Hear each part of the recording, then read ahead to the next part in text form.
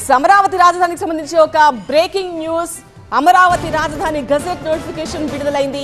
రాష్ట్రపతి సంతకం తర్వాత గజెట్ విడుదలైంది. అమరావతి గజెట్ విడుదల చేసింది కేంద్ర న్యాయశాఖ. 2 సంవత్సరాల ముందు అంటే 2024 జూన్ 2 నుంచి అమల్లోకి వస్తుందని ఆ ప్రకటనలో ఉంది. అమరావతి చట్టబద్ధత బిల్లును ఏప్రిల్ 1, 2 తేదీల్లో పార్లమెంటు ఉభయ సభలు ఆమోదించాయి. సుమారు 5 గంటల పాటు లోక్సభ, రాజ్యసభల్లో బిల్పై చర్చలు జరిగాయి. ఎలాంటి సవరణలు లేకుండానే బిల్ ఏకగ్రీవంగా ఆమోదం పొందింది.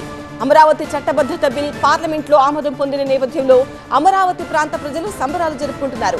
బెజవాడ కనకదుర్గమ్మ ఆలయానికి పాదయాత్రగా వచ్చి ఇవాళ మొక్కులు చెల్లించుకున్నారు అమరావతి రైతులు. అమ్మవారికి ప్రత్యేక పూజలు నిర్వహించారు. వారికి ఆలయ చైర్మన్ రాధాకృష్ణ ఘన స్వాగతం పలికారు.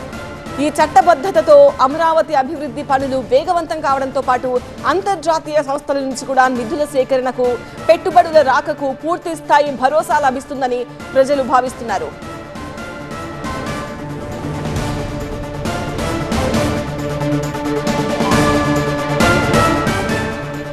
పార్లమెంటు ఉభయ సభలో ఆమోదించిన తర్వాత రాష్ట్రపతి దగ్గరికి వెళ్ళింది.